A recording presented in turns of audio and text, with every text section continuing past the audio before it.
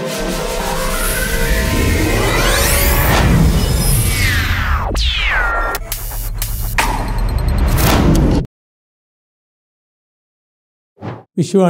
TV ಸ್ಪೆಷಲಿನ ಎಲ್ಲ ವೀಕ್ಷಕರುಗಳಿಗೆ ನಮಸ್ಕಾರ. ಇಂದಿನ ಸಂಚಿಕೆಯಲ್ಲಿ ಸಾಲ ತೆಗೆದುಕೊಳ್ಳುವಂತಹ ಅತ್ಯಂತ ಸುಲಭ ಪ್ರಾಥಮಿಕ ಹಂತದಲ್ಲಿ ಸಣ್ಣ ಉದ್ಯಮಿಗಳಿಗೆ, ಕಿರು ಉದ್ಯಮಿಗಳಿಗೆ ಹೇಗೆ ತೆಗೆದುಕೊಳ್ಳಬಹುದು ಅಂತೇಳಿ ಹೇಳುತ್ತಾ, ಮೊಟ್ಟ ಮೊದಲು ನಾನು ಹೇಳ್ತಾ ಇದ್ದದ್ದು ಯಾವುದು, ಶಿಶು ಮುದ್ರಾದಲ್ಲಿ ಶಿಶು ಅಂತೇಳಿ. ಈ ಶಿಶು ಯೋಜನೆ ಇವು ಕೇವಲ ಬ್ಯಾಂಕುಗಳೇ ಮಾಡುತ್ತಿರುವಂಥ ಒಂದು ಯೋಜನೆ. ಯಾವುದೇ ಒಂದು ಸರ್ಕಾರಿ ಏಜೆನ್ಸಿ ಆಗಲಿ ಅಥವಾ ಇನ್ನಿತರ ಯಾರದೇ ಇನ್ಫ್ಲುಯೆನ್ಸ್ ಆಗಲಿ, ಇಂಟರ್ವೆನ್ಸ್ ಆಗಲಿ, ಅವರ ಮಧ್ಯಪ್ರವೇಶವಾಗಲಿ ಇರುವುದಿಲ್ಲ. ನಿಮ್ಮ ಬ್ಯಾಂಕಿನಲ್ಲಿ ನೀವು ಯಾವ ಬ್ಯಾಂಕಿನಲ್ಲಿ ಎರಡು ರೀತಿ ಇದೆ. ಸರ್ವಿಸ್ ಏರಿಯಾ ಅಂತೇಳಿ ಒಂದಿದೆ ಬ್ಯಾಂಕಿನಲ್ಲಿ. ಇಂತಹ ಬ್ಯಾಂಕುಗಳಿಗೆ ಇಂಥ ಹಳ್ಳಿಯೋ ನಗರ ಪ್ರದೇಶವಾದರೆ ಇಂಥ ಏರಿಯಾವೋ ಅಂತೇಳೋದನ್ನು ಕೊಟ್ಟಿರ್ತಾರೆ. ಇಲ್ಲ ನೀವು ಬೆಂಗಳೂರಿನಂಥ ಪ್ರದೇಶದಲ್ಲಿ ಆದರೆ ನಿಮಗೆ ಬೇಕಾಗಿರುವಂಥ ಯಾವುದೋ ಬ್ಯಾಂಕಿನಲ್ಲಿ ವ್ಯವಹಾರ ಮಾಡ್ತಾ ಇದ್ದರೆ ಅದೇ ಬ್ಯಾಂಕುಗಳನ್ನೇ ಆಯ್ದುಕೊಳ್ಳಿ. ಎಲ್ಲ ರಾಷ್ಟ್ರೀಕೃತ ಬ್ಯಾಂಕುಗಳು, ಎಲ್ಲ ಖಾಸಗಿ ಬ್ಯಾಂಕುಗಳು, ರೀಜನಲ್ ರೂರಲ್ ಬ್ಯಾಂಕ್, ಪ್ರಾದೇಶಿಕ ಗ್ರಾಮೀಣ ಬ್ಯಾಂಕುಗಳಲ್ಲಿ ಅತ್ಯಂತ ಸುಲಭವಾಗಿ ಸಾಲ ಸಿಗುವಂಥದ್ದು. ಯಾವ್ಯಾವುದಕ್ಕೆ ಸಿಗ್ತದೆ? ಶಾಪ್ಕೀಪರ್ಸಿಗೆ ಸಿಗ್ತದೆ, ಡೈರಿ ಹಾಲು ಮಾರಾಟ ಮಾಡ್ತೀನಿ ಅಂದರೆ ಸಿಗ್ತವೆ, ತಳ್ಳುಗಾಡಿಗೆ ಸಿಗ್ತವೆ, ಬೇರೆ ನಿಮ್ಮ ಯಾವುದೇ ಟ್ರೇಡಿಂಗ್ ಇರಲಿ, ಸಣ್ಣ ಉತ್ಪಾದನೆ ಇರಲಿ, ಎಲ್ಲವುದಕ್ಕೂ ಕವರ್ ಮಾಡುವಂಥ ಒಂದು ಅತ್ಯುತ್ತಮವಾದಂತಹ ಹೆಸಲ್ ಫ್ರೀ ಅಂತೇಳಿ ಯಾವುದೇ ತೊಂದರೆಯೂ ಇಲ್ಲದೆ ಅಂತ ತೆಗೆದುಕೊಳ್ಳುವಂಥದ್ದು. ಒಂದಂದರೆ ನಿಮ್ಮ ಸಿಬಿಲ್ ಸ್ಕೋರಿಂಗ್ ಮಾತ್ರ 725ಕ್ಕಿಂತ ಜಾಸ್ತಿ ಇರಲಿ. ಹಾಗಾಗಿ ಶಿಶುವಿನ ವಿಚಾರದಲ್ಲಿ 50,000ಕ್ಕೆ ಹೇಳಿದ್ದೇನೆ. ಈಗ ಎರಡನೇ ಹಂತದಲ್ಲಿ ಬಂತು. ಇಲ್ಲ ನನ್ನ ಸ್ವಲ್ಪ ದೊಡ್ಡದಿದೆ, ಟ್ರೇಡಿಂಗ್ ಇದೆ, ಇಲ್ಲ ಉತ್ಪಾದನೆ ಇದೆ, ನನಗೊಂದು 50,000 ಸಾಕಾಗೋದಿಲ್ಲ, ಒಂದು 5 ಲಕ್ಷ ರೂಪಾಯಿ ಬೇಕು, ಏನು ಮಾಡೋಣ? ಇಲ್ಲ 50,000 ತೆಗೆದುಕೊಂಡಂಥವರ ವ್ಯವಹಾರ ತುಂಬ ಚೆನ್ನಾಗಾಯಿತು, ವ್ಯವಹಾರ ವಿಸ್ತರಿಸಿದೆ, ಜಾಸ್ತಿ ಬೇಕಾಗಿದೆ, ಕೊಡಬೇಕು. ಈ 50,000ದಿಂದ 5 ಲಕ್ಷ ರೂಪಾಯಿನವರೆಗಿನ ಬೇಕು ಸಾಲ. ನನಗೆ ಸಾಕಾಗೋದಿಲ್ಲ, 5 ಲಕ್ಷ ಬೇಕು, 2 ಲಕ್ಷ ಬೇಕು, 3 ಲಕ್ಷ ಬೇಕು, 4 ಲಕ್ಷ ಬೇಕು. ಎರಡನೇ ಹಂತದಲ್ಲಿ ಸಾಲ ಕೈಗಾರಿಕೆಯನ್ನು ಮಾಡ್ತಾ ಇರುವಂಥವರು ಅಥವಾ ಉದ್ದಿಮೆಯನ್ನು ಮಾಡ್ತಾ ಇರುವಂಥವರು, ವ್ಯಾಪಾರವನ್ನು ಮಾಡ್ತಾ ಇರುವಂಥವರಿಗೆ ಸಿಗಬಹುದಾದಂಥ ಒಂದು ಅತ್ಯಂತ ಸುಲಭದ ಸಾಲ ಯಾವುದು ಕೇಳಿದ್ರೆ ಕಿಶೋರ. 50,000ಕ್ಕಿಂತ ಮೇಲ್ಪಟ್ಟು 5 ಲಕ್ಷ ರೂಪಾಯಿನ ಹೊರಗಿನ ಸಾಲ ಮುದ್ರಾದಲ್ಲಿ ತೆಗೆದುಕೊಂಡ್ರೆ ಅದಕ್ಕಿದೆ. ಮಾಮೂಲಿನಂತೆ ಜಾಮೀನು ಬೇಡ, ಯಾವುದೇ ವಿಧವಾದಂಥ ಭದ್ರತೆ ಬೇಡ. ನೀವು ತೆಗೆದುಕೊಂಡಿರುವಂಥ ಸಾಲಕ್ಕೆ ಕೊಟ್ಟಿರುವಂತಹ ನಿಮ್ಮ ಆ ಉಪಕರಣಗಳಾಗಲಿ, ಅದಕ್ಕೆ ಪ್ರೊಡಕ್ಷನ್ ಬೇಕಾಗಿರುವಂಥದ್ದಾಗಲಿ, ತಯಾರು ಮಾಡಿರುವಂಥ ಸಿದ್ಧ ಉಡುಪುಗಳಾಗಲಿ ಅಥವಾ ಸಿದ್ಧ ವಸ್ತುಗಳಾಗಲಿ ಅವೇ ಸೆಕ್ಯುರಿಟಿಗಳಾಗಿರ್ತವೆ. ಪ್ರೊಡಕ್ಷನ್ ಯಾವುದು ಕೇಳಿದ್ರೆ ಹೈಪೋಥಿಕೇಶನ್ ಔಟ್ ಆಫ್ ದ ಅದು ರೀಟೇಕ್. ಅದಕ್ಕೆ ಭದ್ರತೆ ಯಾವುದು ಕೇಳಿದ್ರೆ security out of the product created by the loan. ಯಾವುದನ್ನು ನಾವು ಸಾಲವನ್ನು ತೆಗೆದುಕೊಂಡು ಉತ್ಪಾದನೆಯನ್ನು ಮಾಡ್ತಾ ಇರ್ತೇವೆ, ರಾ ಮಟೀರಿಯಲನ್ನು ಹಿಡಿದು ಸಿದ್ಧ ವಸ್ತುವಿನವರೆಗೆ ಅವೆಲ್ಲವೂ ಕೂಡ ಸೆಕ್ಯುರಿಟಿಯಾಗಿ ಮುಂದೆ ಕೊಡ್ತೀರಿ. ಹೈಪೋಥಿಕೇಶನ್ ಅಂತೇಳಿ ಹೇಳ್ತಾರೆ ಇದನ್ನು ಬ್ಯಾಂಕಿನ ಭಾಷೆಯಲ್ಲಿ, ಅದಕ್ಕೆ ಬರ್ತದೆ. ಈಗ ಇಲ್ಲಿ ಬರುತ್ತಿರುವಂತಹ ಈ ಕಿಶೋರ ಅಂದರೆ ಬಾಲ್ಯಾವಸ್ಥೆಯಿಂದ, ಶಿಶುವಿನಿಂದ ಕಿಶೋರ, ತರುಣ, ಸ್ವಲ್ಪ ಅವನ ಬಾಲಕನ ಅವಸ್ಥೆ, ಅಂಥವರಿಗಾಗಿ ಅಂತೇಳಿ ಹೇಳಿ ಇಲ್ಲಿಂದ ಮೇಲೂ ಬರ್ಬೋದು. ನೇರವಾಗಿ ಅಂಥವರು ಕೂಡ ಇಲ್ಲಿ ಬಂದು ಸಾಲವನ್ನು ತೆಗೆದುಕೊಳ್ಳಬಹುದು. ಅಂಥವರಿಗೆ ಏನು ಕೇಳಿದ್ರೆ ಏನು ಬೇಕು? ಏನು ಬೇಡ, ಇಷ್ಟೇ. ಯಾವ್ಯಾವುದರ ವ್ಯವಹಾರದಲ್ಲಿ ಫಸ್ಟಿಗೆ ನೀವು ಕೊಟ್ಟಿದ್ದೀರಲ್ಲ, ಆಧಾರ್ ಕಾರ್ಡ್ ಕೊಟ್ಟಿದ್ದೀರಿ, ನಿಮ್ಮ ಉದ್ದಿಮೆ ನಡೀತಾ ಇರುವಾಗ ಪಂಚಾಯತದ್ದೋ DICಯದ್ದೋ ಉದ್ದಿಮೆ ಸರ್ಟಿಫಿಕೇಟ್ನದ್ದೋ ಯಾವುದೋ ಒಂದು ಆಧಾರವನ್ನು ಕೊಟ್ಟಿದ್ದೀರಿ, ಅದು ಕಂಪಲ್ಸರಿ. ಇದನ್ನು ಯಾರು ಕೊಡ್ತಾರೆ ಕೇಳಿದ್ರೆ ಎರಡು ರೀತಿ ಬರ್ತವೆ ಇದರಲ್ಲಿ. ಒಂದು ಲೈನ್ ಡಿಪಾರ್ಟ್ಮೆಂಟ್ ಅಂತೇಳಿ, ಇನ್ನೊಂದು ಬ್ಯಾಂಕ್. ಲೈನ್ ಡಿಪಾರ್ಟ್ಮೆಂಟ್ ಅಂದರೆ ಯಾವುದು? ಸರ್ಕಾರಿ ಏಜೆನ್ಸಿಗಳು, DIC ಇರ್ಬೋದು, ಪಂಚಾಯತ್ ಇರ್ಬೋದು, ಪುರಸಭೆಗಳು ಇರ್ಬೋದು, ಮಹಾನಗರ ಪಾಲಿಕೆಗಳು ಇರ್ಬೋದು. ಹೀಗೆ ಇವೆಲ್ಲವೂ ಕೂಡ ಕೊಡ್ತವೆ.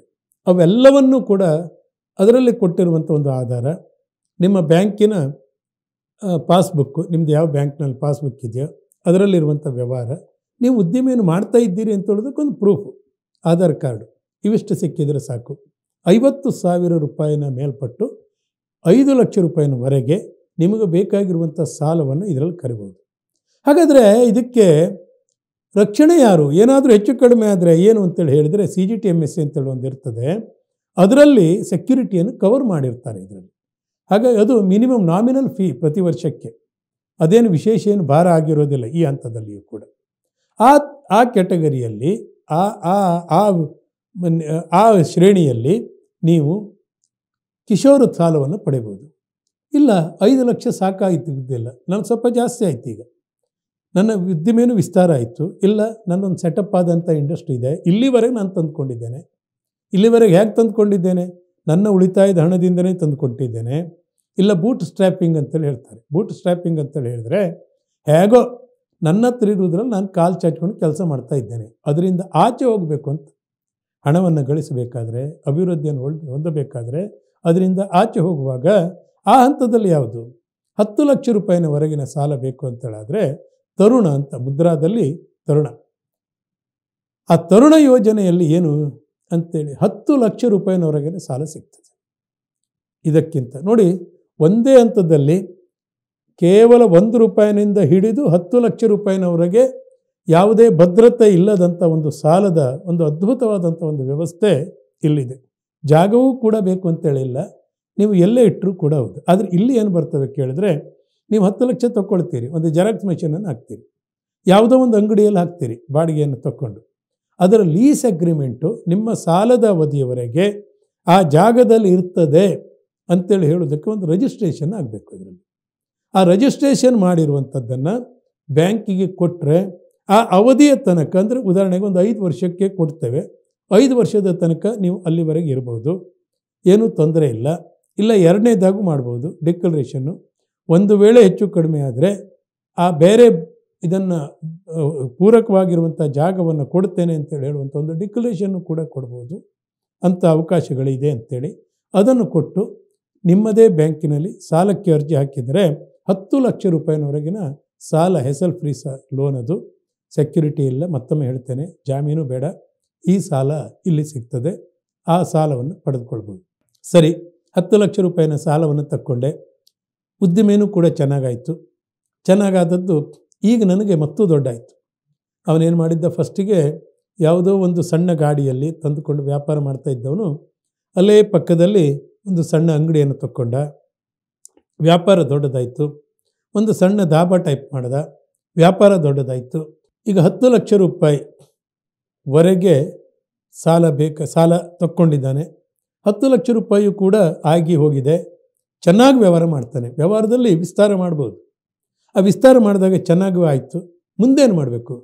ಈಗ ತನಗೆ ಹಣ ಬೇಕಾಗಿದೆ, ಆದರೂ ಕೂಡ ಜನರಿಗೆ ಧೈರ್ಯ ಇಲ್ಲ ನನ್ನ ಮೇಲೆ, ಸಾಲವನ್ನು ಪಡಿಬೇಕು, ಜಾಮೀನು ಕೊಡೋರು ಯಾರೂ ಇಲ್ಲಲ್ಲ, ಏನು ಮಾಡಬೇಕು ಅಂತೇಳಿ ಕೇಳಿದರೆ ಅದಕ್ಕೂ ಸಮಸ್ಯೆ ಇದೆ. ಈಗ ಅದಕ್ಕೂ ಕೂಡ ಬೇಕಾದಷ್ಟು ಮಾರ್ಗಗಳಿವೆ.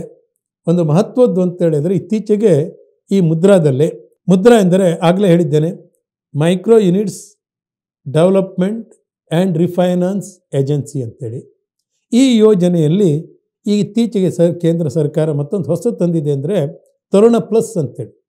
ಇದರ ಪ್ರಕಾರ 10 ಲಕ್ಷದಿಂದ 20 ಲಕ್ಷದವರೆಗೆ ಸಾಲ ಪಡಿಬೋದು. ಟ್ರೇಡಿಗೂ ಪಡಿಬೋದು, ಎಕ್ಸಿಸ್ಟಿಂಗ್ ನಿಮ್ಮದೇನಾದರೂ ವ್ಯವಹಾರಗಳಿದ್ದರೆ ಅದರಲ್ಲಿಯೂ ಕೂಡ ನೀವು ಪಡಿಬೋದು.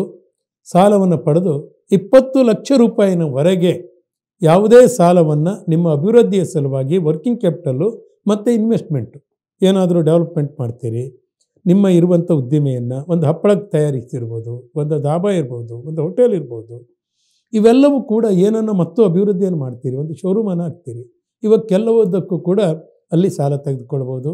ನಿಮಗೆ ಜಾಮೀನನ್ನು ಕೊಡಬೇಕಾದಂಥ ಅಗತ್ಯತೆ ಇಲ್ಲದೆ ಇದೇ ರೀತಿ CGTMSE ಅವರು ನಿಮ್ಮ ಸಾಲಕ್ಕೆ ಗ್ಯಾರಂಟಿಯನ್ನು ನಿಂತು ಸಾಲವನ್ನು ಕೊಡುವಂಥ ಒಂದು ಯೋಜನೆ ಅಲ್ಲಿವರೆಗೆ ಇದೆ. ಹಾಗಾಗಿ 20 ಲಕ್ಷ. ಈಗ ಮತ್ತೊಂದು ಪ್ರಶ್ನೆ ಬರ್ತವೆ, ಅಯ್ಯೋ ಬಿಡ್ರಿ ಸಾರ್, ಮುದ್ರಾ ಇದೆಲ್ಲ ಪೇಪರಲ್ಲಿದೆ, ಎಲ್ಲಿ ಸಾಲ ಸಿಗ್ತದೆ ಅಂಥೇಳಿ. ನೆನಪಿಟ್ಟುಕೊಳ್ಳಿ, ಈ ದೇಶದಲ್ಲಿ ಇದು ತನಕ ಮುದ್ರಾ ಯೋಜನೆಯಲ್ಲಿ 27 ಲಕ್ಷ ಕೋಟಿ ರೂಪಾಯಿ ಸಾಲವನ್ನು ಮುದ್ರಾ ಯೋಜನೆಯಲ್ಲಿ ಪಡೆದಿದ್ದಾರೆ. ರಿಪೇಮೆಂಟು ಕೂಡ 90%ಕ್ಕಿಂತಲೂ ಮೇಲಿದೆ.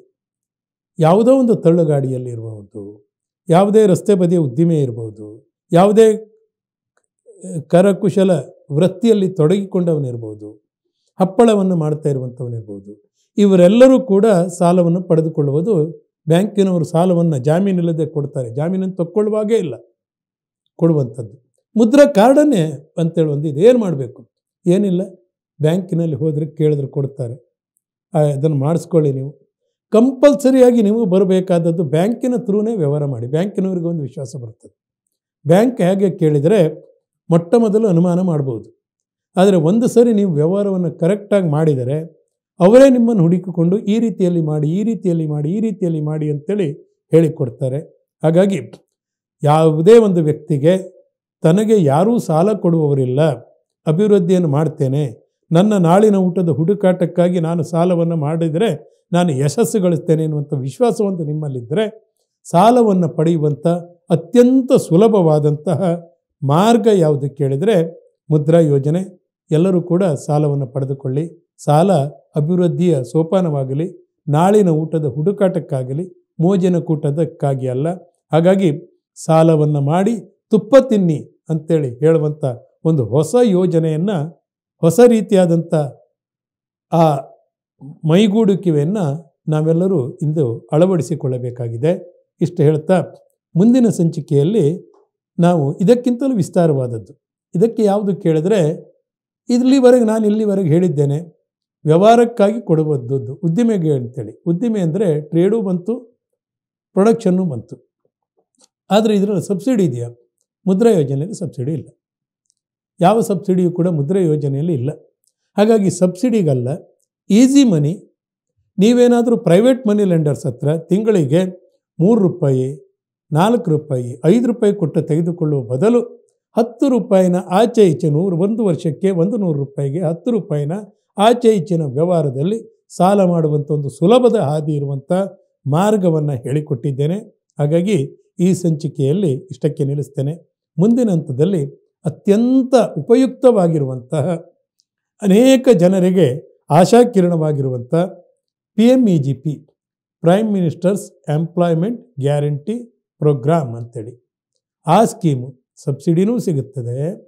ಆಮೇಲೆ ಅದರಲ್ಲಿ ವ್ಯವಹಾರ ಮಾಡುವಾಗ ತುಂಬ ಉಪಯುಕ್ತವಾಗಿರುವಂಥ ಅನೇಕ ಮಾಹಿತಿಗಳೊಂದಿಗೆ ಮತ್ತೆ ಬರ್ತೇನಂತೆ. ನಮಸ್ಕಾರ.